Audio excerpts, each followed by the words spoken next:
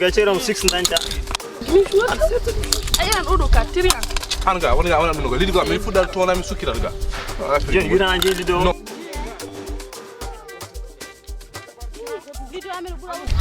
tora yimɓe jowa utiliser mumen hollumni la famille garemi walla mone feere gopponde fijirde nde ala gartam taw aɗa wawi fidde aɗa gaño hen xaalis ɗum holno wonirta jata ko Google Chrome mbaɗa téléchargé application Wanisbet sa pari mbaɗa installé application ɗon noon aɗa wawi créer hen compte ma taw aɗa utilise code promo TOUP 222 oɗo code promo TOUP 222 sa utilise ɗum aɗa jogui bonus 200%. wadde Wanisbet aɗa wawi tawde toon joueji kewɗi gañoɗa hen xaalis sa gañi men xaalis aɗa wawi retirde ɗum e banque li walla masrafi e ko nandi hen wadde eɗen mbawi wiide Wanisbet ne woni disponible e nder leydi meɗen Ande mi do wali la dende mi jo hebani poftino ande bernde hiri la dende bernde hulani hirdi ko beltino kodo kanga so inara weno tako kodo kewdo dole dillini ande buri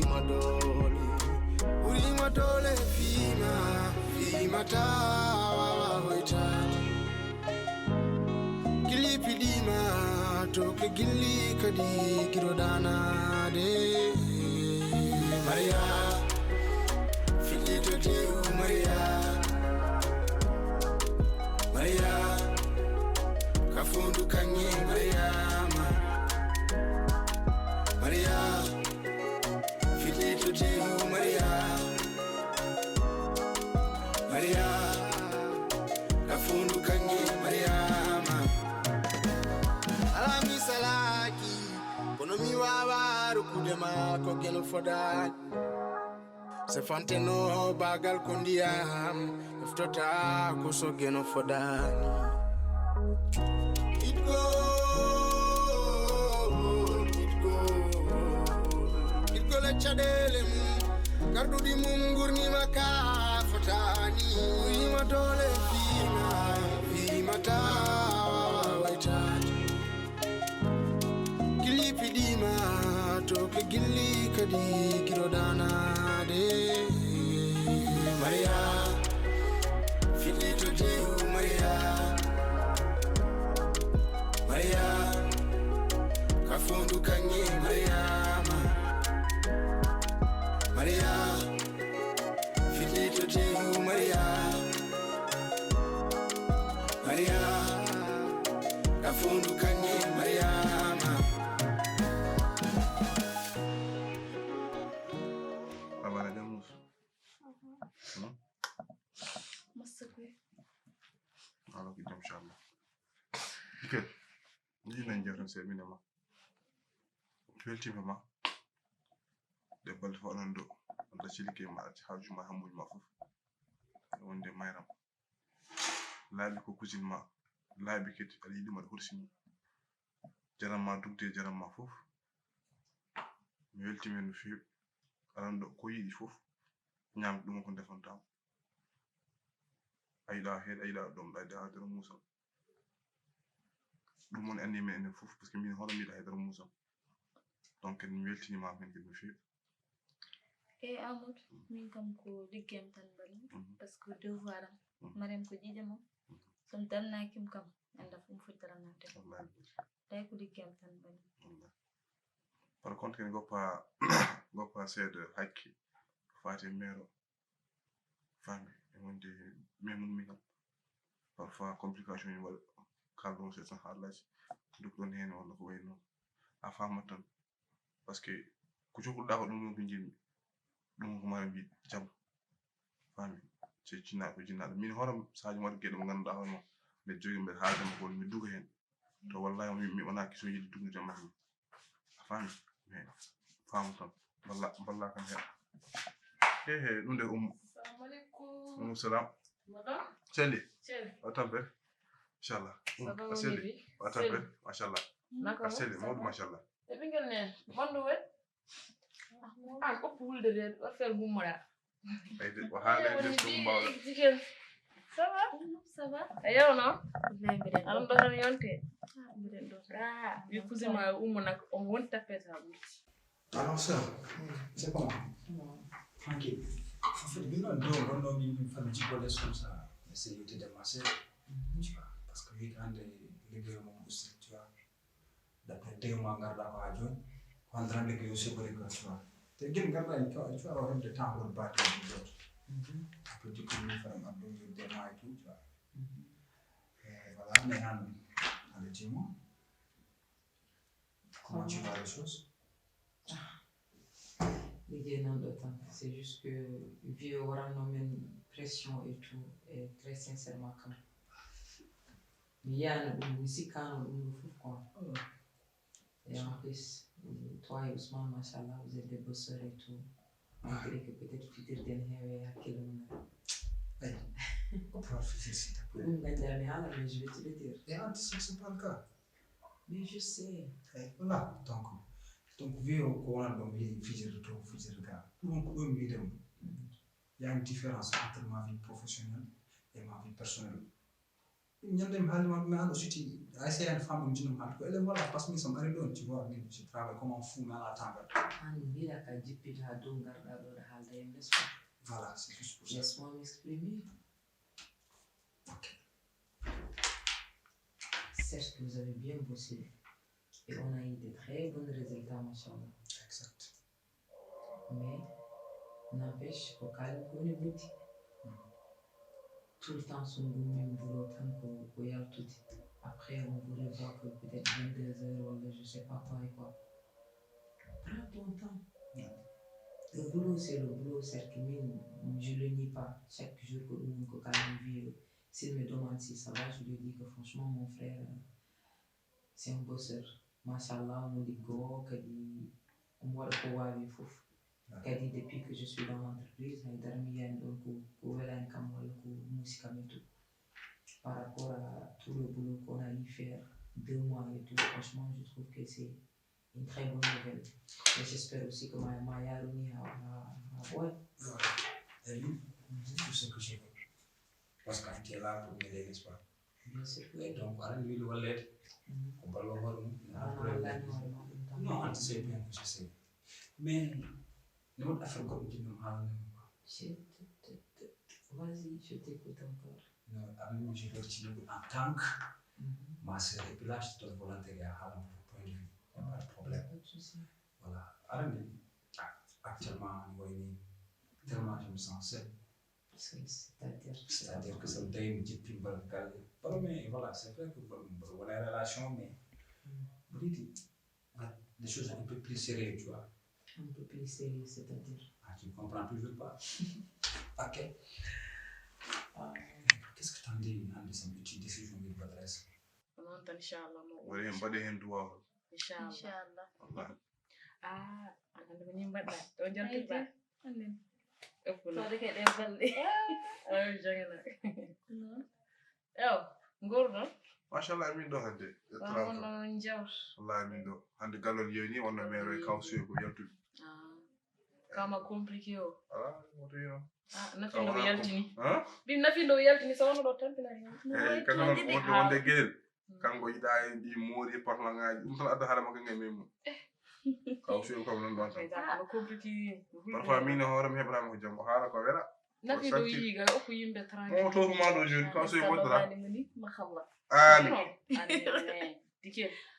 o ɗum jaadi de Mi yiɗa nade compliqué. hay dara la hen ani to dara daran kamere Kanka mero bayadi. so waɗi mom haala mum yo ƴettu ummo ɗum deuxiéme femme mero kam nen ɗon tan Ew, madame de nan ɗo tan tan. Mbayr mom ni tan.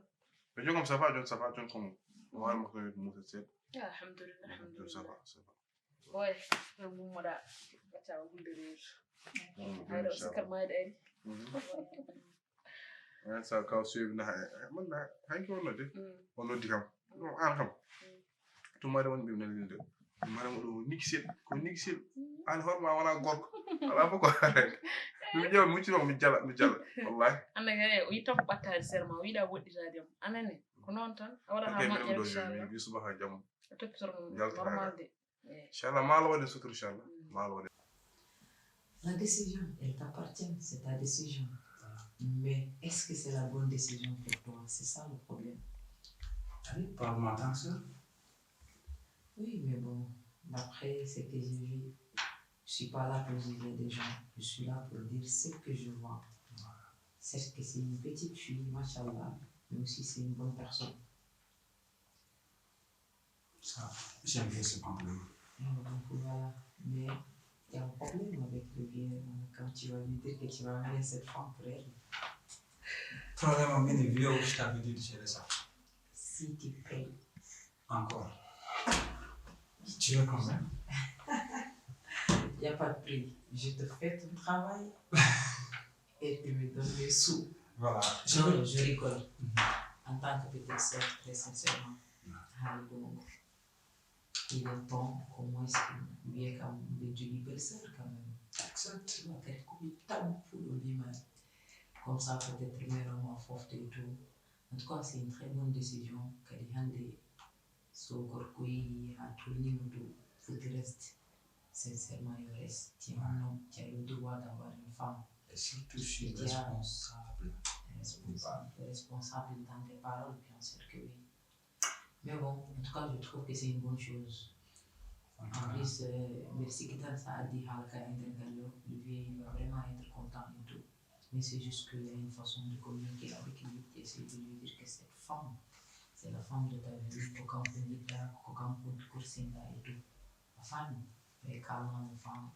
Mais le reste, c'est le milieu de l'essentiel que tu as fait.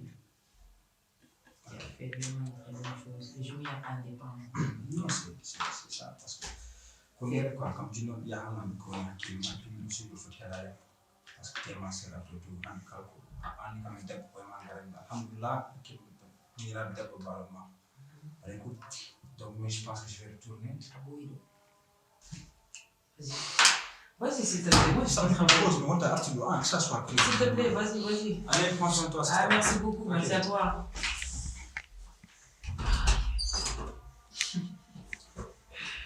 Cher, va se marier. C'est une bonne chose, c'est bon.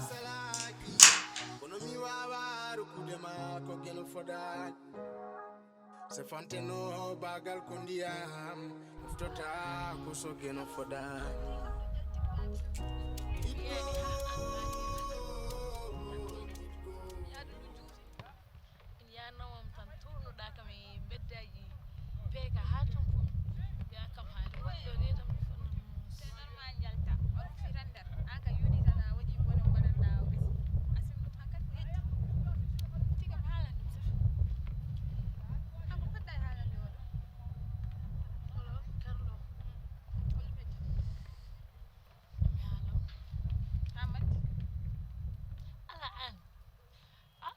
ni heewi wiide abbere heñi heewi wontude ko hoore an kam ko keñoɗa an min mi heñaki an heñoto déjà reeda mi yalti mais ala probléme min butteji mbattanmi ɓornani tan ha journée kala mais tan kadi hande inchallahu rabbi mi haalamo mi heñoto de allema yawno kalanamo ɓuri yewtoɓe mi haalamo ɗo mbeɗa andi kadi oɗon jour ko jour belɗo wonata ñande kalami karlo wonde komiɗen ɗum ɗo testo mo waɗirnomo mbiɗen mofti ɗum ha joni guidoro moldemo ko testo hampara yaltide reedam ɗo nag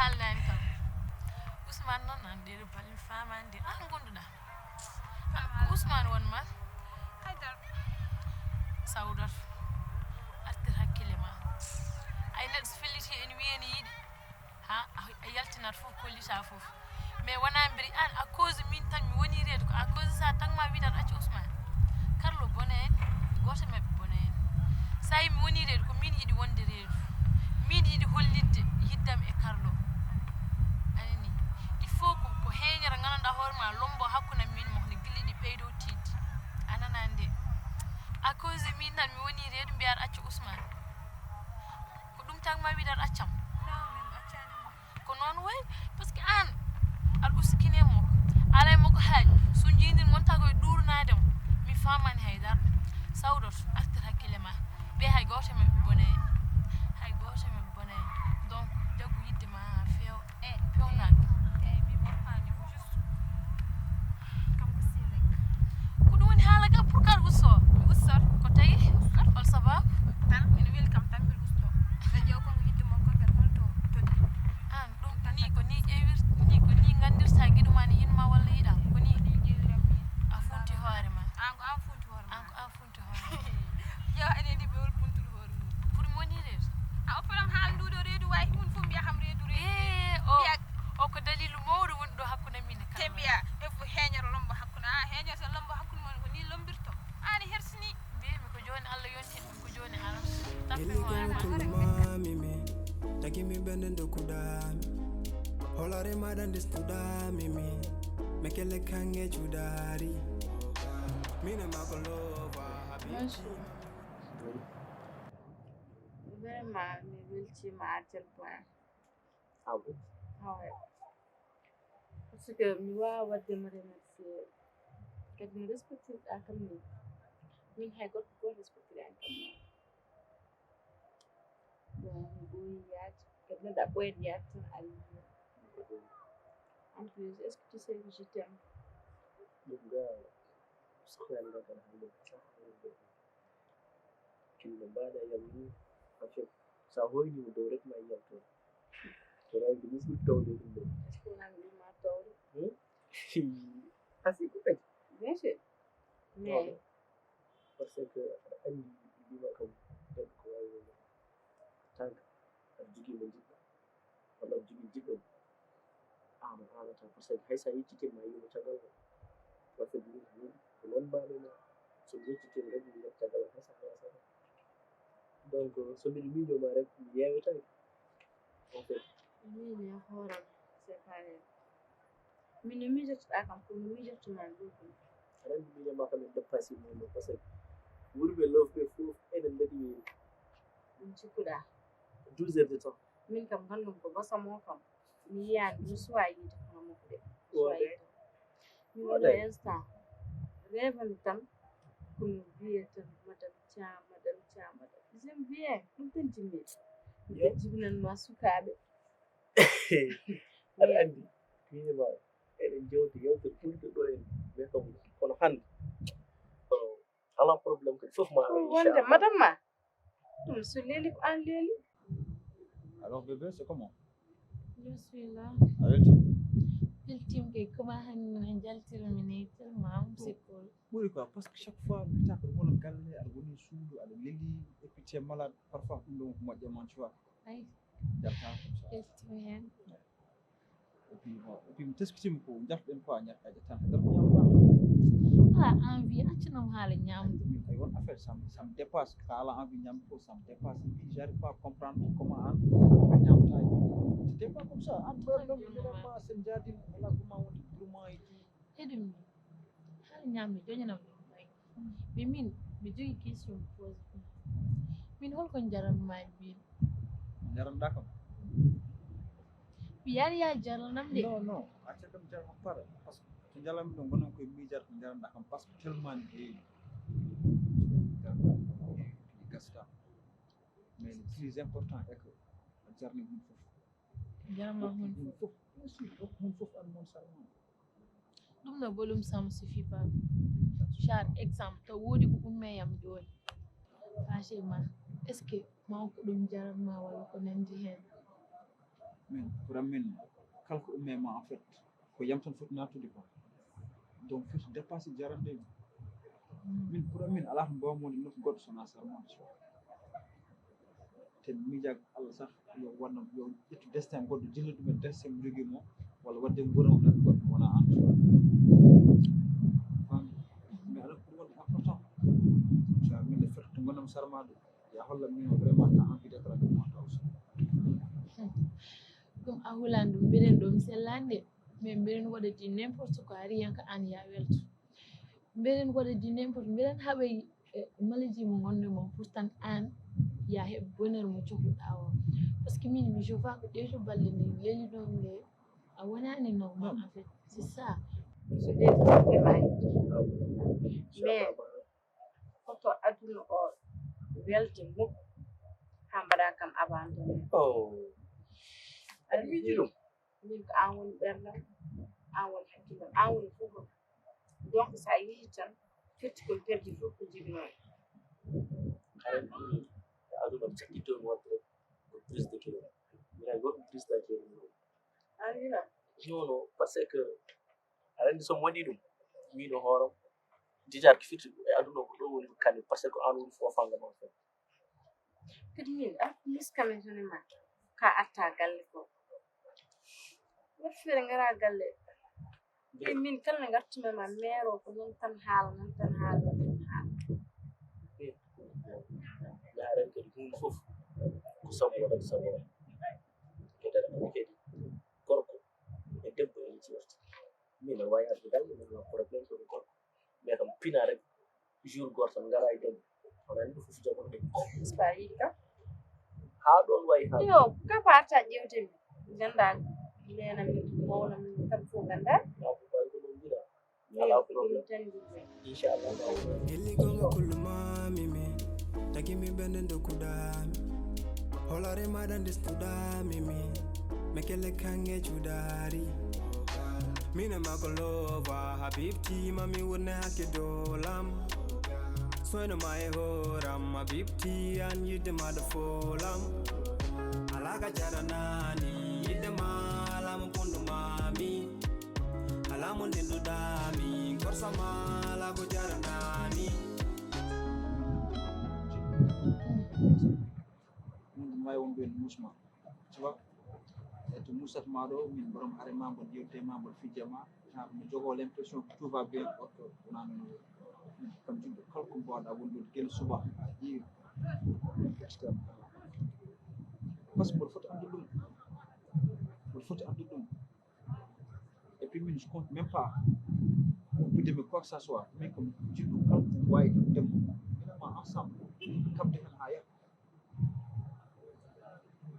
nani haala ma mais ndeysaan min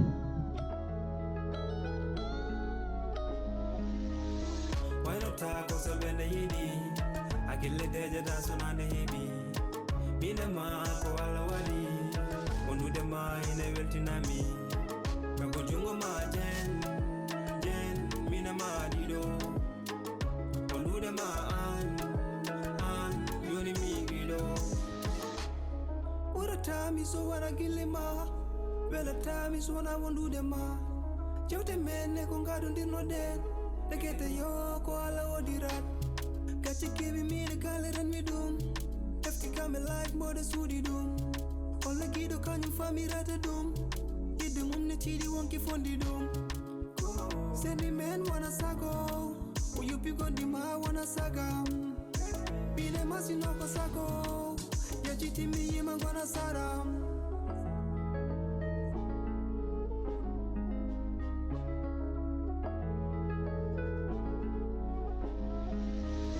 Wayno tako so bende yidi Akille deje da sonande hebi Mine ma ko wala wadi Wonude ma ine weltinami Meko jungo ma jen Mine ma dido Wonude ma Rama tappi gono ɗo ɗo mi nana tappi o holto woni goto kala e goƴo mum an ko tappi wañma tappi tuni winana woppoyi miɗa andi ko woƴimi maymunam Maymuna la Maymuna min Maymuna eh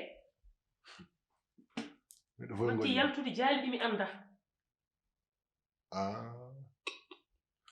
wajen jaman ummat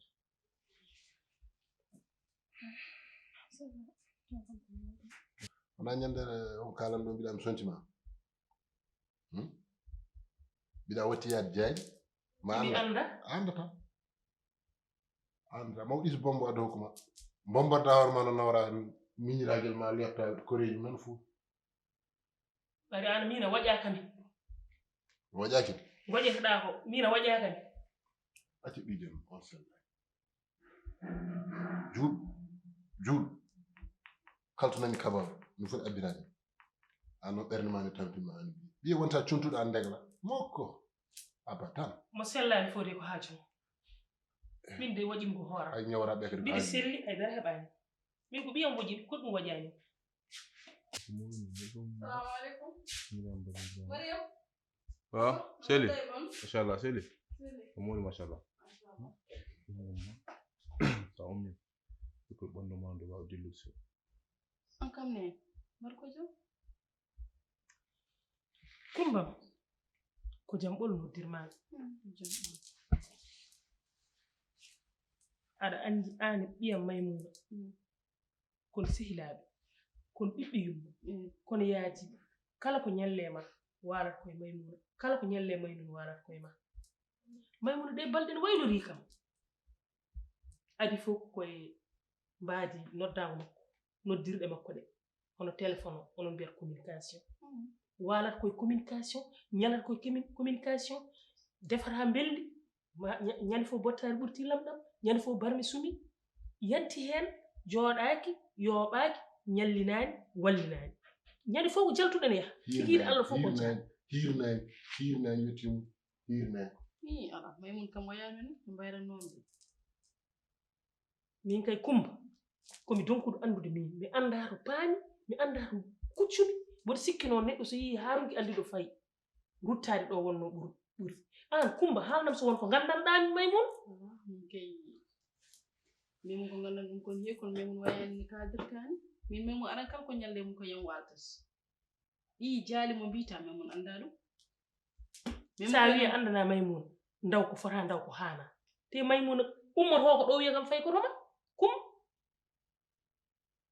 heddam min eyyi no wona omo ara galle min jewta kono kay ɗi jaali ɗi kalɗa ɗo kay neni min tinani ɗi jaali an min bayranom de Maymun yaltata kañum yaadum fof ko nder galle wonde galle tan ene connecté walla ndefu kono Maymun so watti yaa ɗiɗo jaali fof ko caggal am wona hande de o wahlima o waylima wonani o wano omo jaɓɓi jaɓɓal kesal ngal wona jaɓɓal o yaɓɓanno farani wonde poy musidɗo haɓnimi metti gaw sowi kom ala fof nafata atti famno kanke hooremo ga mbiɗa yiɗi ɗum to fuuga